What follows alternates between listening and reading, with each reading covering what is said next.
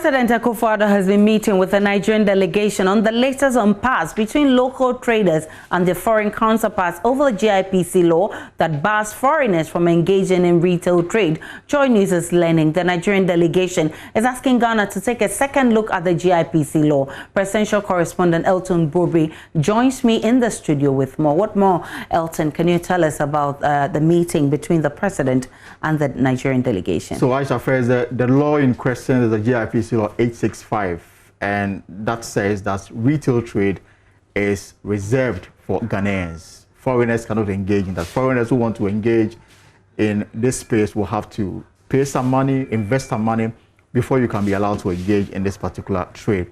Now, armed with this particular provision, remember that the Ghana Union of Trade Association, they've been embarking on this exercise to rid the retail space of foreigners, and that's, has become a thorny issue between Ghana and Nigeria. So the Nigerian Speaker of the House of Representatives, Olufemi, was in Ghana yesterday. He met with the Speaker of Ghana's Parliament, and about 2 hours ago concluded a similar meeting with President Akufo Addo. He communicated the sentiments of the Nigerian President and the people of Nigeria to the President of the Republic. He mentioned that before meeting President, he met with the Nigerian community in Ghana and pointed out that there's been so much misinformation regarding the provisions in this GIPC law and this application, whether or not the Nigerian traders have any right at all to engage in retail business.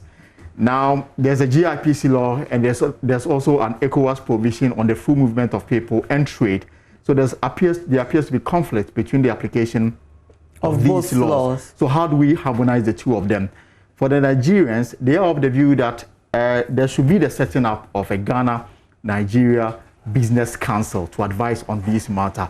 But for them, they are of the view that Ghana can take a step further to go to Parliament and amend the GIPC law 865 to ensure that the provision that says that retail business can be the preserve of all Ghanaians can be removed and incorporate into the law the ECOWAS provision. We can listen more to Olufemi, who is the Speaker of Nigerian Representatives.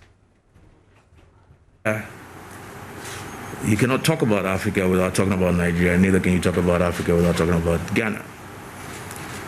And it's that strength, that combination of strength that we seek to protect, not just for today, but for tomorrow and for the future moving forward. We've appealed to Parliament that if it's possible at all, and it's an appeal, if it's possible at all, to please look again at the issues as far as the Ghana Investment Promotion Center Act is concerned, that they should please do so.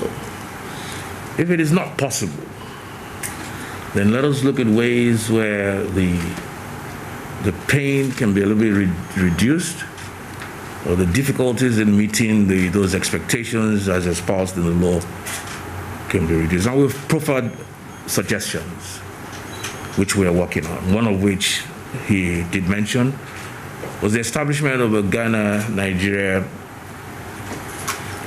Business Council backed by legislation on both sides. In as much as Ghanaians will be wondering why they should incorporate the law of ECOWAS to enable other people from other countries to benefit from what the local people should be benefiting, what was the response from the president? Well, it's unclear what Ghana's position will be going forward, but President Akufo Addo was clear that government will look at a proposal advanced by the Nigerian delegation, including a possible review of the GIPC law, so whether Ghana will comply and amend the law to incorporate the ECOWAS Treaty on free movement of trade and people. That's another issue that President Akufo Addo and his government will now have to sit down and discuss it. But President Akufo Addo was quite clear that on Monday, he will attend an ECOWAS meeting in Miami. And he's hoping that he will meet with the Nigerian president to also tell him the response of Ghana.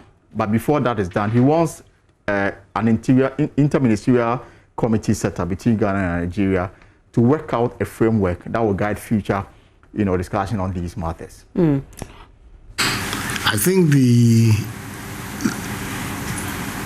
way forward which is really what matters in situations of this nature, the way forward that is being suggested, are all ones that instinctively I find very acceptable. The idea of legislation to promote a Ghana-Nigeria Business Council, some sort, that will have superintendents of trade matters, investment matters between our two countries. It may be that it's long overdue. It may well be long overdue, but it's events that produce institutions and solutions. The time has come for it to be done, and it is, I think, a very worthwhile step that is being taken. I indeed suggested to Mr. President that perhaps it would be a good idea also to set up some sort of joint ministerial committee with ministers on both sides who would be responsible for shepherding Ghana-Nigerian issues and reporting to both presidents at any one time when matters occurred, how they should be resolved. I don't think that is precluded. And I'm hoping that when I see him on Monday in Niamey for the ECOWAS summit, that we can advance those discussions and perhaps come to a final conclusion on the way forward. But there's the way that you yourselves have dealt with the matter is very, very, very satisfactory, and it requires our support.